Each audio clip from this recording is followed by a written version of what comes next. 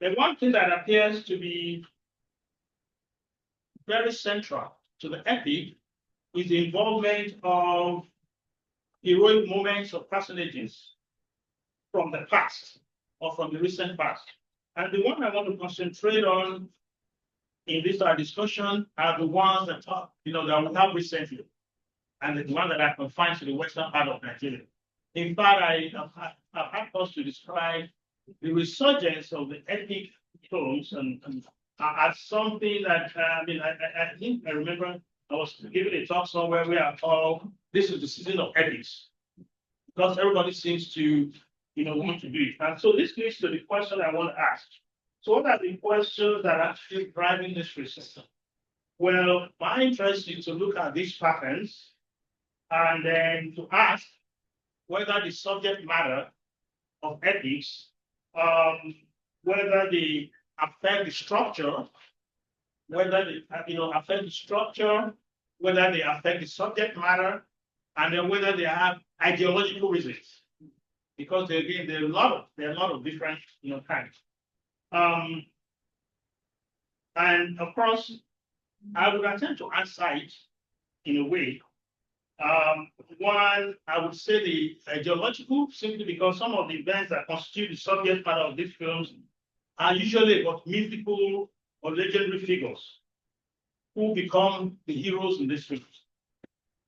Fumilayo Ransome-Kuti, for instance, when we were young, we knew about the woman who first drove a car in Nigeria, and probably not beyond that, but then that was still a big myth. Bashorunga, there's a lot of myth surrounding it, and Wole Soyinka's Death and the King's Horseman, which was a play, and then of course, adapted into the movie. So a lot of the movies that are epics are adaptations of history with a tinge of myth. Again, mythology myth as something that is not, usually half truth. Some people define it as half truth. Some people define it as something beyond that. But again, some of the characters that are the subject matter of this are legends. I think it was Isidore Openwo who took care to distinguish between myth, epic, legends, and I think mythical heroes and legendary heroes and so on and so forth. In terms of legends, these are people who lead the subject of history, but that at a stage they become they become how do I use it now? They become legendary simply because certain things their deeds are embellished. A lot of additions are given to what they perform in actual history, and so they become the kind of superhero. So that is again, that's one of the that's one of the things that actually occupy a lot of of our ethics. For instance, we have this Abia Bugwakala. These are heroes that people have heard about. So they attempt to bring them up for various reasons. One, people can still identify with them. And I want us to remember that money becomes part of this finance. So these are names that people want to, that evoke memories. And because of the memories they evoke, people, have to, again, they want to look at it. Now, I want to talk about there's some of these epics that are very, very complex. And this is where this is one I want to concentrate on. But because of time, I'll be talking about Soyinka's Death and King's Horseman. And while writing this, one of the questions that came to my mind is this, which is very significant, and I want us to think about it. Soyinka's Death and the King's Horseman talks about the Yoruba culture. It talks about an individual who died, but then the original play was a tragedy, a different art form. So how does a tragedy become an epic in film? This is a very, very interesting subject. This is a very, very interesting question. So Death and the King's Horseman is an adaptation of history. At the same time, it is a myth. It is a mythical creation. And at the same time, there are instances of entirely fictional thing. So Soyinka said he wasn't faithful to history simply because, in his words, history is not a picture postcard of reality. So the artist has the liberty, and I think we discussed this in the first panel, the liberty to fictionalize history. You have what is called the writer's freedom, where you can change things in order to make it language. So P.M. Bandile's adaptation of Wole Soyinka and King Solomon is a very good example in this category. And of course, there's what Matthew Brown calls the attempt to use epic by filmmakers to make money.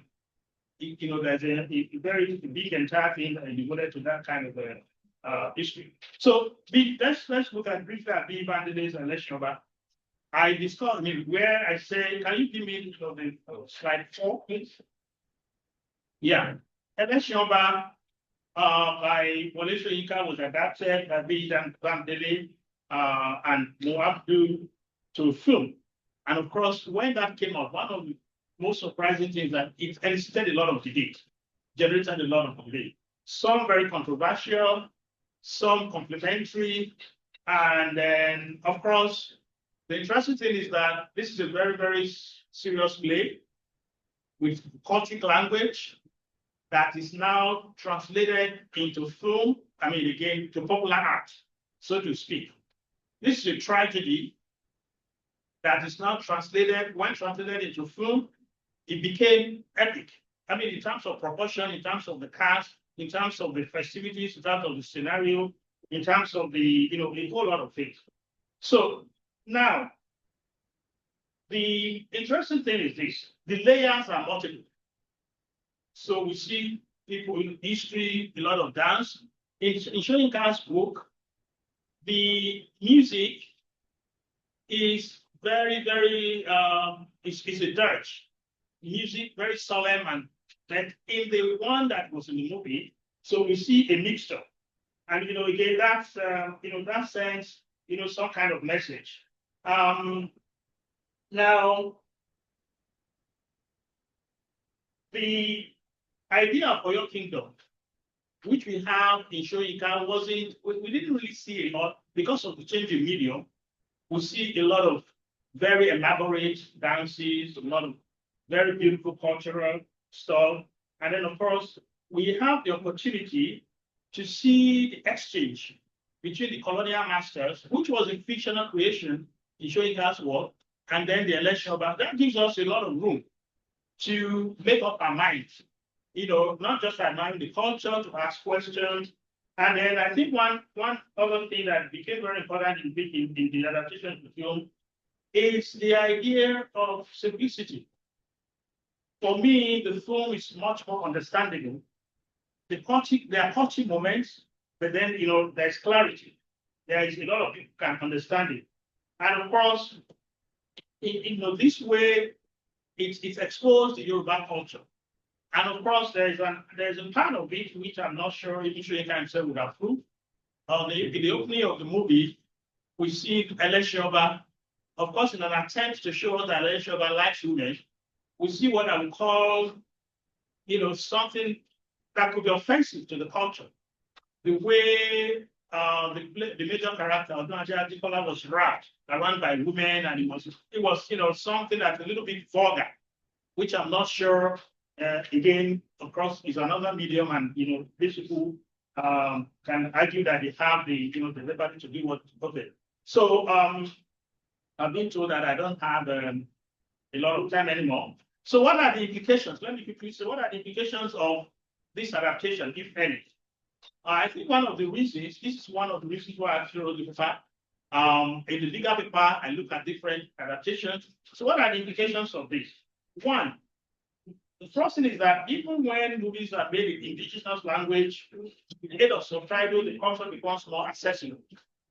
Two, these epics expose Nigerian culture to Nigerians, because we have different generations, to the new generations, and then the world in its entirety. And three, commercial. A lot of these epics are adapted because of the creation of wealth, because movie makers are desirous of, making films that would have both local and international audience. And then, of course, the idea of debunking certain myths because of African culture. So, in other words, these filmmakers are desirous of exposing African culture and philosophies to the outside world. The extent to which they do this well is questionable. One critic, in one of their interviews with filmmakers, one of them said, because I asked why the obsession with epics and especially the ones with culture. He said, well, the thing is that they want to make money. Because they want to make money, they look for local films, local stories. And then the danger in this is that they can play to the hands of the Western world. Those who stereotype Africa as a primitive place. That by performing, most of these are period costumes, that a lot of people would not even bother about whether it's occurred in the past or in the present. So what they bother about is that, oh yes, this is the Africans. They're always naked. They don't wear clothes. And that this is, this misunderstanding of the culture can be a big problem. And of course, lastly, the last one would be in Femi Adebayo's Seven Doors. And, the story was actually used to create a kind of unity. We have the Igbo wife, we have the Igbos coming to support the husband of their daughter who is fighting against the Sioux. And that was something that breaks the stereotype. Because in Nigeria, it's always the Igbos will not support the Yorubas and the Yorubas will not support the Igbos. But in-laws actually coming with their own juju to support this man fighting both spiritual and physical battle was something novel. Thank you very much, sir. Thank you very much. Then we call the last presenter, Dr. Kenneth Ude, the cinematic truth of Nollywood. Good morning, everyone. I'm Dr. Kenneth Ude from the Department of Finance. I'm here to speak on the topic titled "I Need to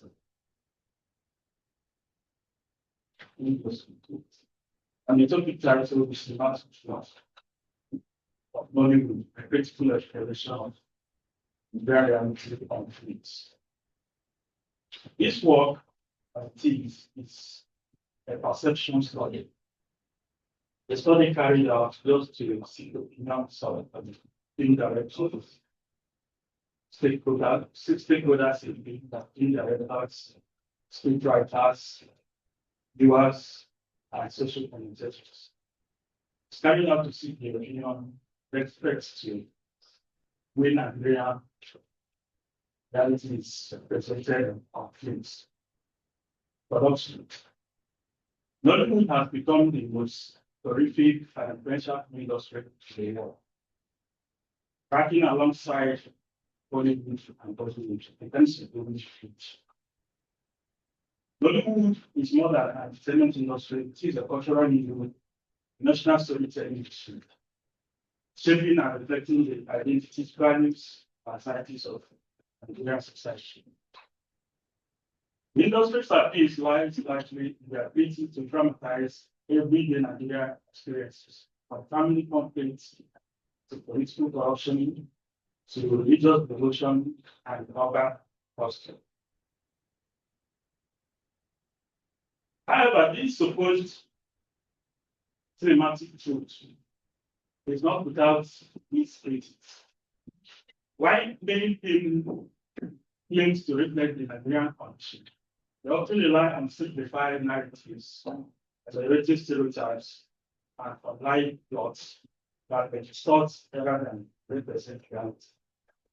To break this point, in the first section, the first part of this section, Professor Adesina presented a paper where he made mention of that the society that reflecting the truth or reflecting the reality in society is a difficult thing because society that is even difficult to outrightly say what is there.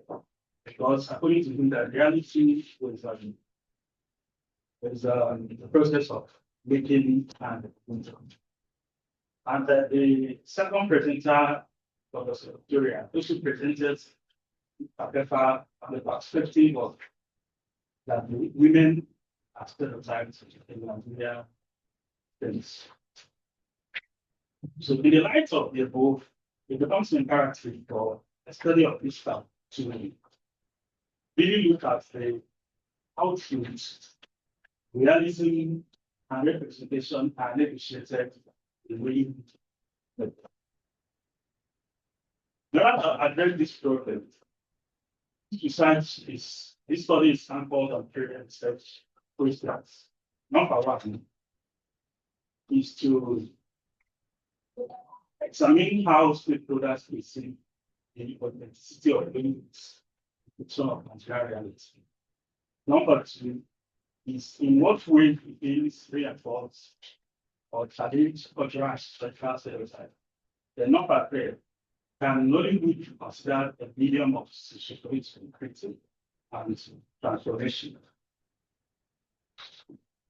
This study was anchored on the theory of representation theory by Hall. This theory by Hall posits that representation is not a passive reflection of reality, but an active process of meaning making through language, images, and narratives. In the context of Nollywood, films do not merely depict Nigerian life, they transform meanings about what it means to be a Nigerian through storylines, characters, aesthetic choices, and symbolism. This is also impressed by the paper that Professor Leah just presented, where the definition of students, like in Igbo films, discover that we watch Igbo films, especially those during the world, it's been living in cash houses, students with costumes where fully top, little dance covered. So that raises a lot of questions if these films actually reflect the reality or they are just constructing reality. Method. This study adopted the in-depth interview method. By conducting interview, key stakeholders, including directors, screenwriters, film critics, cultural commentators, and company peers.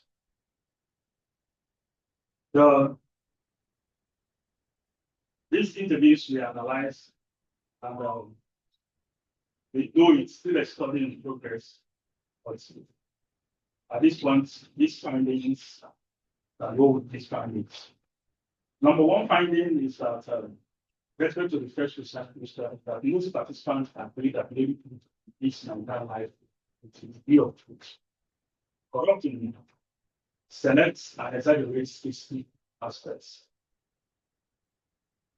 In order to different these findings, the filmmaker noted that politically, we do capture Nigerian spirits, the environment, and the issues, but it is painted through drama. It is real, but not the full reality. The research question number two, find the respect to research question number two. Many films reinforce cultural and gender stereotypes. However, there is already an imagining with filmmakers who are challenges, who are getting these. The research question on that. The finding revealed that participants widely acknowledge that Nollywood functions as a mirror and a critic of Nigerian society. Films were cited as platforms of highlighting corruption, police brutality, poor governance, and apartheid. The film critic noted that films like October 1st, Act of the Yellow, filmmakers were able to prioritize authenticity, challenge stereotypes, and embrace social commentary.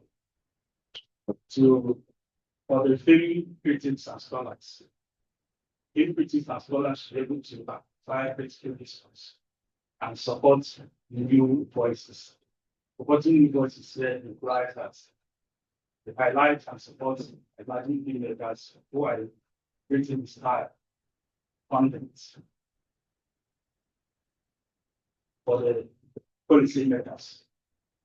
Policymakers should be able to support and fund independent films, especially by providing grants and subsidies to socially relevant films that may not be commercially relevant, but often offer strong cultural, educational, and values. Why this nomination is important is that some of these movies that are using these proceeds, like supplier attention, they use it because they are trying to manage the cost of production. Eventually, they are to reflect, to go into a procedure that will reflect in reality. It will be more expensive. So with grants to go along with for them to be able to reflect the reality in society. Next is to develop national storytelling initiatives. That is to encourage content that reflects the diversity of Nigerian readers, languages, and traditions to counter regionalize and local centers of heritage. Then to audience, for the audience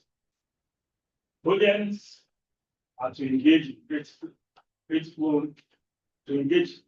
with contents. Therefore, to encourage viewers to reflect on the messages presented in films, question stereotypes, support films that offer meaningful representation. The last but not the least, should use social media for that. Audience should encourage into platform to discuss film content, advocate for better representation, influence industry trends. Thank you very much. Thank you. I think all the presenters deserve another round of applause. Thank you so very much. That gives us sufficient time to attend to questions, and I also want to advise that go straight to the questions so that we'll give the presenters sufficient time to also respond. Yes. Questions for any of the presenters or for all the presenters? Yes, we'll start with you. Yes.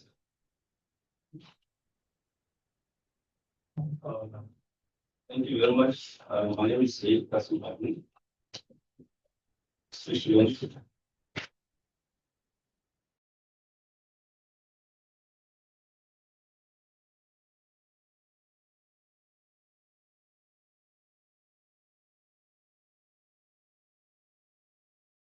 So finish with history. While to me, historians or students of history, we believe history is a documentation of facts. So if there is what can be termed as a historical thing, I would like to know what that historical thing is. That is why. And secondly, if indeed there is a historical thing, I would like to know the difference between a historical thing and an adaptation of history or a play. For example, there's the Prof made mention of Death and the King's Horseman, and I don't know if I can categorize that as history or as a play. If it is a historical film or history, so I'd like to know what part of our history that. Thank you. So thank you very much. Somebody, yes. Thank you, sir. From the State University. My question, not really a question, it's an observation.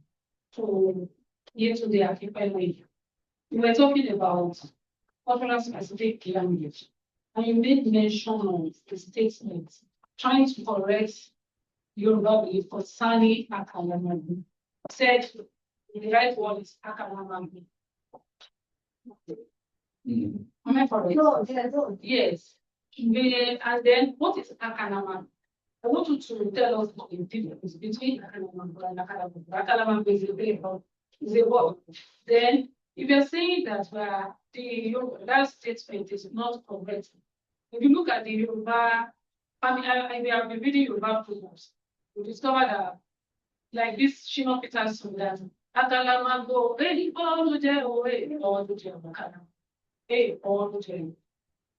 Shino Peter's song that says, books you have only that's a Yoruba program. So which one is now correct? I made that and I discovered that Akalamago is a type of jam. Akalamago is a type of drum. Both of them are talking, they were talking, they are talking about longevity. Then we have another one that says, a type of an. So I want to do a research. Thank you very much. Okay, I'll take you. So thank you so much for Presenter, please note on this. for that and one thanks to Prof for that wonderful presentation. Yeah. So I wanted to ask you, sir, how do you think filmmakers can deal with misrepresentation of historical facts in filmmaking, given the fact that filmmakers are not historians? They don't understand, they don't know historical method. And then we've seen pieces whereby they produce technique films and then just like this Ayinla Omowura that family come back to say this is not the history of the father. So how do you think they can go about filmmakers can go about representation? Thank you. I'll grab the third one. Yes. Thank you very much.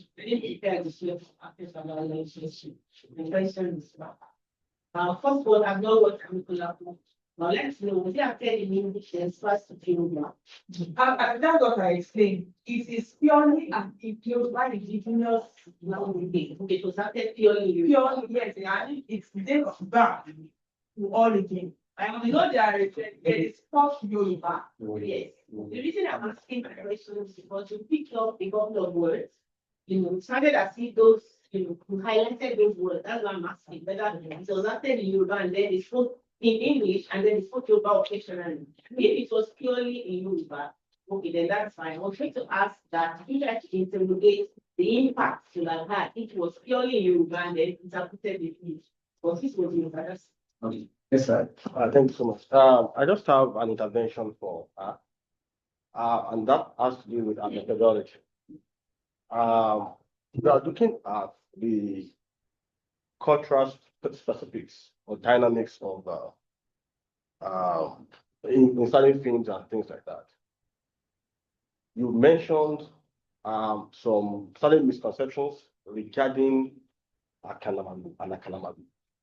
But the issue I have is, where is the place of oral traditions in analyzing your findings, or you understand the point, methodology? In your methodology, is it possible for you to deploy the instrument of oral traditions, and compare it with the perceptions that you have gathered?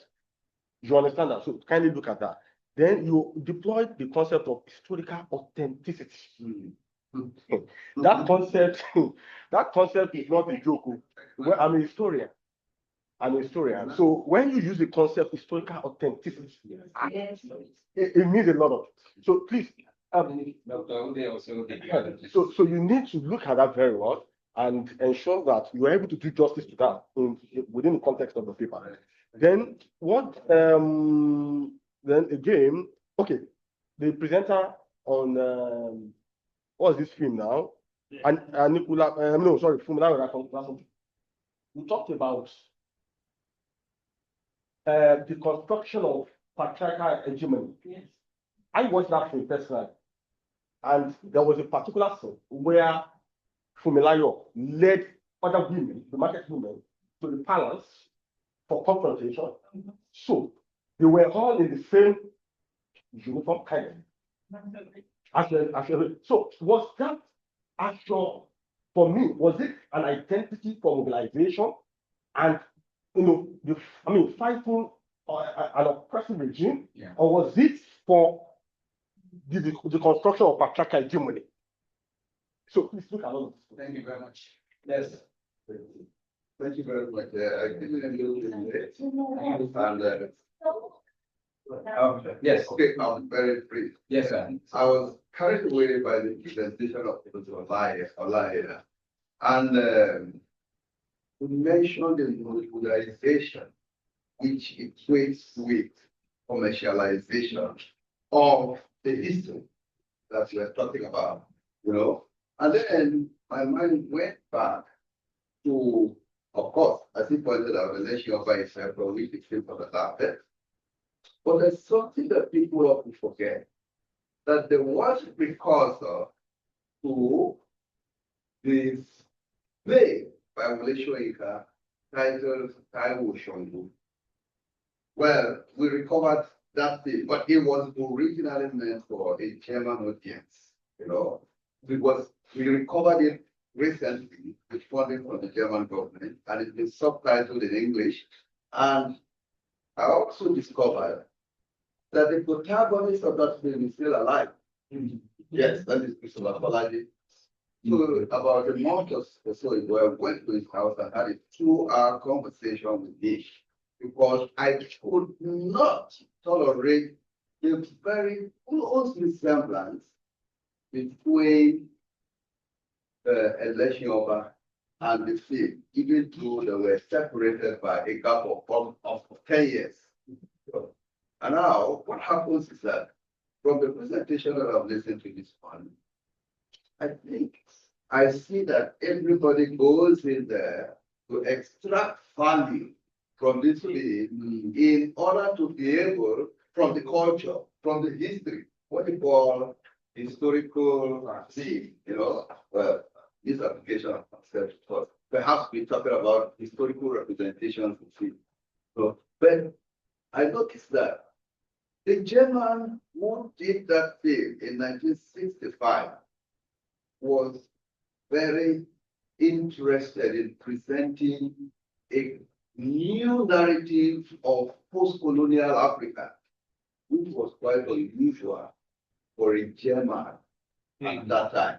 I mean, the whole thing was guest. The whole thing was so interesting that I just realized that Shoika could not put up with the idea that that truth was coming from a white man. And so he had to do his best as the king's husband to contest that, even though they were very similar. But what I want Dr. Olaya to do is, there is a special issue of the Journal of Cultural Studies coming out soon, you know, on this recovery. You know, one of the contributors is James Gibbs. So I think a very productive part of your paper would be to focus on what has been done recently, meaning that commercialization. In order to make people are just yes. So, thank you very much for the presentation. Because something betrayer hegemony. Now, for me, when I watched that movie, I actually commended that filmmaker because I saw it as a way of projecting. I mean, it brought back the historical analysis of Naira and how women could still stand out despite any form of oppression.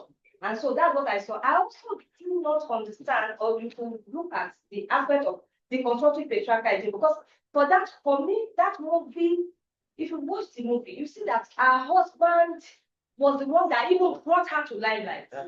He supported her all the way. So I don't see the balancing between the patriarchy and suppression there in that movie.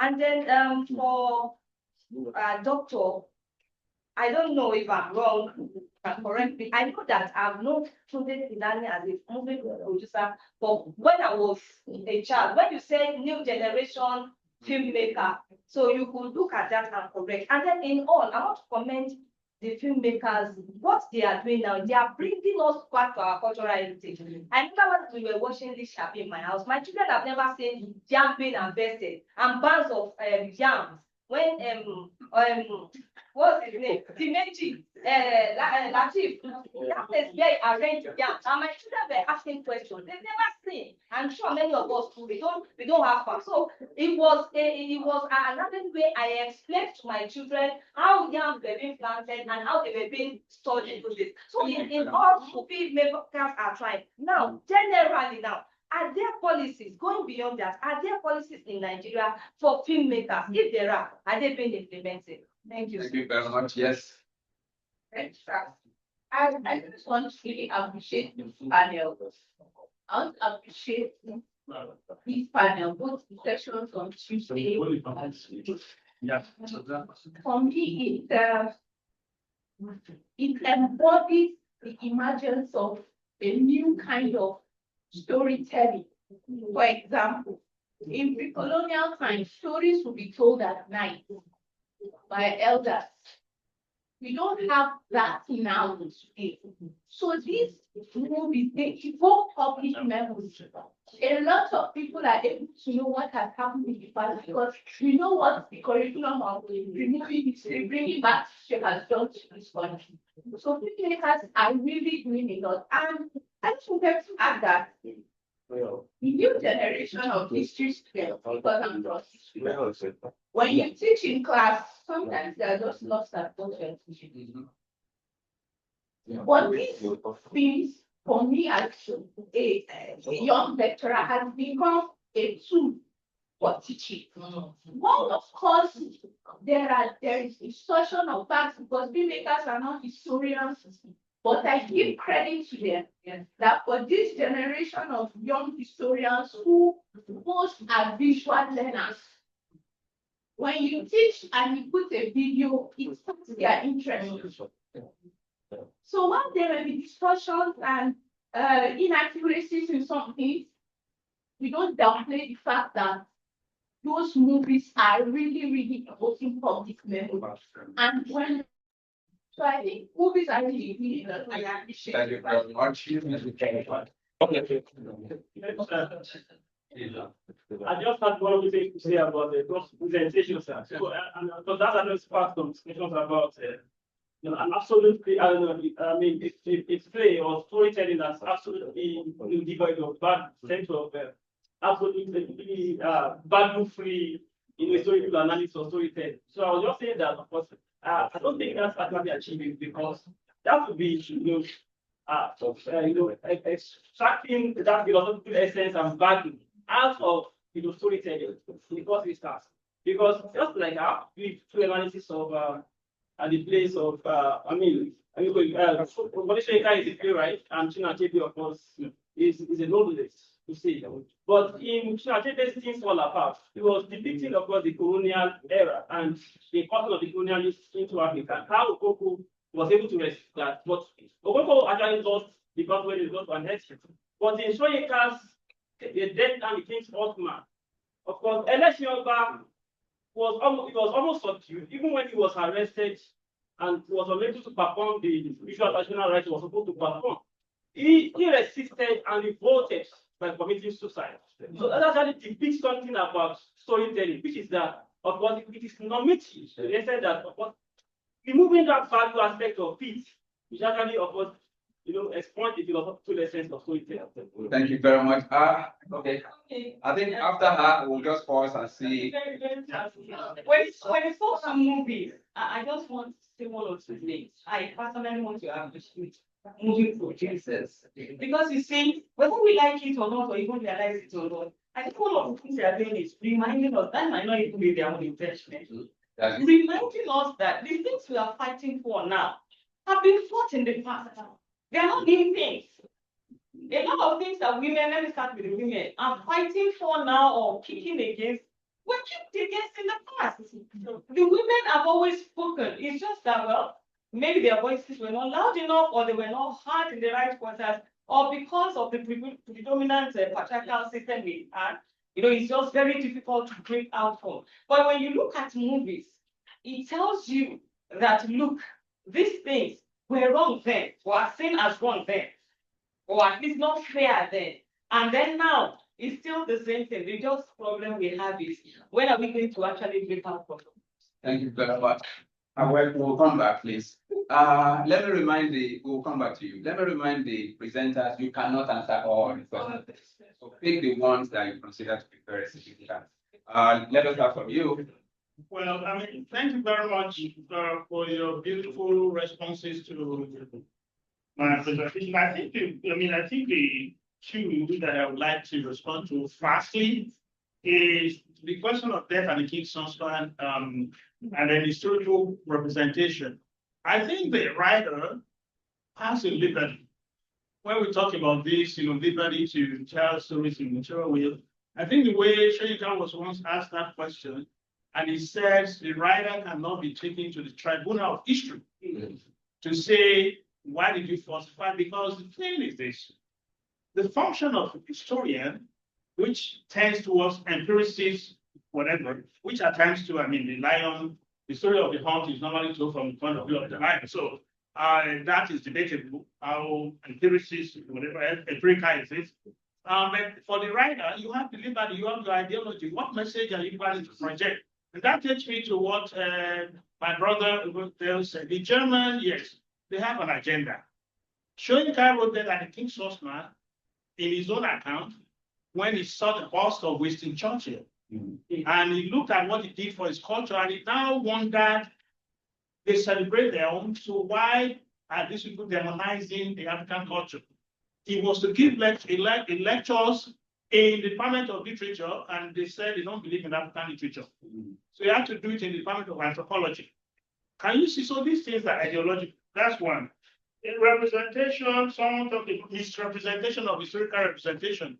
Again, how do you define this representation? If you are writing, this is a different genre, this is a different field. You are imagining because you have a message. All movies are ideological. Yeah. Either you like it or not. That is the truth. Thank you very much. To approach the king. Now, this is where I'm going. These women decided, first of all, it was the work of their hands. That was what the lady Lion said. That, okay, let them hear the works of their hands and let them use it to project what they wanted. It was, I will only say it's a means to an end. And the second illustration that I will give you is that those people cannot wear English clothes and be addressing, it will be very, I'm talking about ideology, coming to ideology now. It might be very, that's why I use mind. Might be very, very difficult for them to be able to pitch whatever they wanted to say. And then, what about the instance of those women, when the king deployed the Ogoni, and those women opened their clothes and go naked? What about that? What does that signify? It signifies that the clothes goes a long way in trying to let them know. And even if they decide to remove the clothes, it goes another long way in trying to get whatever they want. It was just a means to an end. And then the second person talked about if the movie is really patriarchal. Now I'll refer you back. I'll also give you an illustration now. Refer you back to when she was in secondary school, that she was the only female. In that book, it was only the husband that did not see things the way others are saying it. We cannot use the character of one person to judge the whole society. And that is why they took it up upon themselves to fight against it. When the woman went to the palace, and when the woman went there, and she was feeling that yeah. She wanted to stand up about the one said, yeah, just wait, what is that? It's a class society where they impose more taxes on women. In fact, at that point, the women knew that they don't have a say. Yeah. But if not that they deploy that, now coming back to clothes, they deploy that consume. Purpose is to achieve whatever they want. They don't care whatever happens. Now, why would they not go on their English? They wear their English clothes normally. Why would Funlaya herself change to Yoruba costume and say that? And when she's talking, they will say power. She will say so many Yoruba. That's for language. But I'm not going into language. But the clothes was basically, when they see them, they know that they are for a purpose. And that was why they decided to deploy the costume. Thank you very much. Yes, Well, the issue of authenticity, I think you mentioned, yes, because you mentioned something about cultural authenticity. I think your response to your recommendation for filmmaker, but it's okay. Yes, Okay, thank you, everybody. Let me start from the new wave of filmmakers, generational filmmakers. When I say that, I'm not referring to the likes of Kunle and Kilani and Kunle Apolanyo. We all knew Apolanyo start right from the time of Shawuri. So you understand. But why I said that, according to research, is that the way film was made back in the days, and that was why I said even days back to origin. The way film was made back in the days, starting from the days of the Ogun days, you know, the films were basically shown in the cinemas, not the one we watch at the comfort of our homes. But later, I think they start that one, according to my findings, they say it's the celluloid period. That celluloid period took a lot of people, it cost them like money. So because of that, they resulted into making DVDs and maybe CDs. But because of that, they now saw piracy. A lot of them experienced piracy of things. So, as a matter of fact, a new way emerged. First, because of the language, you know, a lot of scholars were complaining about the erosion of Yoruba language and our indigenous language, because it's not only Yoruba, I'm only centering my analysis on Yoruba. So, because of the language, and also because the way film was acted in the past, they now bring, you know, they resurrected that cinematic experience. You know, when these indigenous languages were like brought back into the movie industry, they don't do it again into CDs. They went back to their source, showing it on the cinema. Because when these new movies, when these indigenous languages movies were shown, were brought out, it was not shown on CDs or DVDs now. It was shown on cinemas, the way it was done with the Ogunde tradition. That's why they were tagged the new wave of film makers, not that they are young on the job. Then another thing is the Akalamango. My sister from Ekiti State University. You know, I listened to you very well. You said something on maybe Said Zupa. No, Shino Peters. You said he said Akalamango kì í pa ọdún maybe kò ní ṣàìlò ẹgbẹ̀rún ọdún láyé. And you also said Akalamango kò ní kì í pa ọdún jẹ. Ma, if I may ask you, how many times have you had Akanamago from people? Because I've never had it until I started doing this research. All we used to hear is Akalamago, Akalamago, Akalamago. And when I asked scholars, professors on the field, they told me, that was when they referred me, that there is a rule that I talked about, denasalization. You can read Oyebade 1998, he revised it in 2008, the nasalization. That rule is what used to change the nasal consonant, that's N, the one we know as N. It will change it to lateral consonant. For instance, if we say Oniakara, you know, it will change to Alakara. That N has changed to N. And that is why maybe they said it is this same rule that changed Akanamago to Akalamago. And I remember I said it that they now said Akalamago can mean Akanamago, and it can also mean Akalamago. That the way you differentiate it depends on the context of its use. Then another one is the selected words. My sister said selected words, not that I selected the words. I'm only trying to bring out the ones we are familiar with. You know, for instance, in our society, if the pop-up, a lot of young these new generations now, the young mind, they even think papa is a loan word in Yoruba. If you tell them the definition, they will be looking at you, what do you mean? Even because older people said, if you see an older man, an elderly man that is using more walking stick, if you want to eat up Ibepe, he tell you, ìjọba mi ká kó pọ̀. That's what we hear. And because, some of these words, generated from the film, that's why I just selected the ones we are familiar with. And like my sister said that the filmmakers, they are bringing us back to our culture. If you watch the movie and you read my work, you understand like where I'm coming from. Thank you. Thank you very much. Please, just for that. But we have a bit of a time, and I think we can still take some questions. Yes, sir. Let's start with you. My name is Mr. I'm three departments, so sorry, Can you please speak louder? Okay, mine is, let me begin by,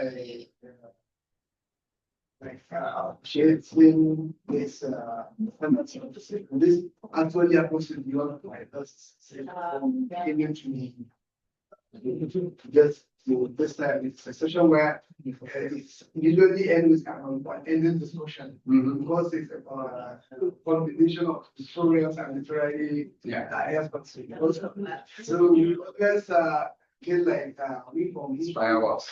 yes, we have this actually, and we have some kind of little bits of understanding of the issues. And what I want to probably I want to talk probably to respond better. Because doing issue with him, sometimes there are some things that are being conducted by some cultural or tribal group of people that sends a message to represent their own tribes. For example, if everything is wanted to like highlighted what had happened either in the war or in the conflict with another tribe. How and it's a particular tribe that is doing that is handling the such kind of thing. So where do you place or where do you position the representation of cultural aspiration from the minds of those filmmakers? Like I have watched a movie that says a message of Oyo and the Omi issue of the 6th century. So, and it was a particular tribe that handled it. Where do you position some kinds of cultural aspiration literally studies? Because in history we are dealing with how things happen, but you have liberty in your own just to allow things in that. Thank you very much. Yes, ma'am. Yes. My name is Nigeria. Though I'm a scientist, but I'm very, very new to this topic. So I like topic. I enjoy it. So I just want to, I want to congratulate and appreciate all the presenters for the good work and few of them. But I just want to encourage my sister from the first case university. What I was going on, I grew up in Ocean State. And then, Oshogo happens to be like a city of Job cultural. We have Nick galleries there. We have we have Elekubon. In fact, one of Elekubon's doctor happens to be my friend. There was a time she was sick. I went to their house to just go and pay a visit. On getting there, I saw these white people. They were very many there. So I was like, I want people in this world. So I just want to encourage you that if you because you based in Ocean State, at least you can also go and teach people, and so that because I know that these white people they used to travel all the way from Brazil to come and learn about our culture. So why are we selling our cultural house? Why we are here to sorry, apologies my sister. We need to do something about our culture. Thank you very much. Thank you very much. Yes, I listen to you. Thank you, sir. My name is Lawrence Akande. I'm from Pan Atlantic University, Department of Film Opportunity. I just want to respond to what he brought up about the filmmakers' historical perspective of there's a theory called Portier theory, which says that the director actually is the author of the film, and when the director is directing the film, you see part of that director's historical background in the film. So if I'm a Yoruba man, and I want to shoot, let's say, the woman king, when I watch that film, I saw a lot of things that are wrong from my own background, because even the kind of Yoruba they were speaking was Exactly. not proper Yoruba, it's not a Yoruba. And then their mode of dressing is not Yoruba dressing, it's Fulani dressing. So which tells that the person who directed the film is actually not Yoruba, and didn't do research to know that this is the way Yoruba dress. This is the kind of dressing that they wear at that time, which is part of the liberty that Prof is talking about, that the filmmakers have that liberty, but even in that liberty, most of the time they excuse the liberty. Because you do this representation of the culture of the people that you are talking about, which is what I think we as the people in the academics and the filmmaker need to look into. I've argued this several times that one of the most the difficult thing about, especially in Nigeria, is that our filmmakers don't do research. Yes. Yeah. They just carry a story and then tell it from their own perspective without doing the research. When I did my master's program in China, and one of the film I used is this film about this war. I've forgotten it. The director said that they have to go and interview the veteran who fought that war. And from that film, you will see that everything brought you into that film. So these are the aspects that we need to look at. At least historian, I always argue that film is one that has all the professions. So historians are supposed to be part of filmmaking. When you want to make a film, consult historians to tell you more that you need to be involved. Thank you very much. 1 minute. Thank you. 1 minute. Okay. Okay, 1 minute. No, 1 minute. less than a minute. Less than a minute. So I just want to ask my brother, if you went and did authentic historical research and produced a film that does not sell, who will pay? You understand? Who will pay? So that's what you are talking about. Then for a Netflix audience, Exactly. people who will pay and those people don't care about it. Thank you. It's less than a minute. Less than a minute. In addition, actually, two points. One thing there's a film producer that says filmmakers usually see history as a story being. That's what I think as the vision. And if we allow them, it will distort history. And in response to this, there is what historical film scholars, like for example, I think Robert Richardson actually says about the issue of serving emergency. He invented what since there is innovation. And I think it is, but innovation must not destroy the historical words. Thank you very much. Okay, can you respond? Yes. Well, I would like to again thank you for this question. But I think the relationship between history and art again has been a very contentious one. Yeah. But there is something I really like your response, but but there is something that I need to acknowledge, which is there's something called self-censorship too. I think we need to read, if you haven't, we need to read Achebe's The Truth of Fiction. If you look at it, you want to do something that is capable of being believable, and if you have a vision, you want to, again, within the question is, what is reality? What could have been possible? I mean, when you were talking about how whatever the woman thing went off, I could see the reaction of Professor Afolayan too. So that means it's so obvious. But there are some that you would not even be able to do that. So there's a need for that. But then let me point something out too. The question my other friend asked, there are movies that are based on facts that don't care about money. There are, if you look at Apocalypse Now, if you look at some movies, they did this intentionally, they don't care. The mission is to represent as much accurately as much as possible. So I think everything has an agenda. So I think I would like to conclude that our agenda actually determines a lot of things. Yeah. Thank you. Thank you very much. I'd like to thank everybody. I'm sorry. It is like you said, when we discuss the relationship between history and arts, we can't see the end of it. I've got tons of questions there that I will not dare to raise. But I want to sincerely thank every one of us for throwing up our ideas in this kind of space, for getting the needed feedback. I know the conversation keeps going. I'm suspecting that Carmen will also have a whole lot of questions to ask, but it's okay. So I want to thank every one of you for attending. I want to thank our presenters for beautiful work or job well done. Thank you so very much. Our time is up now. We appreciate everyone. Thanks.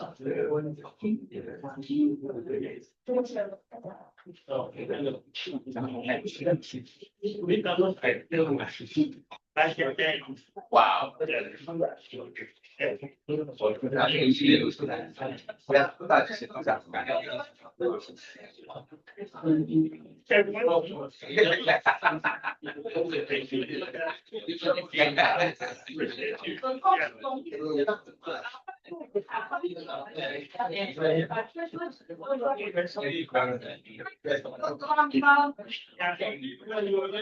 Yeah.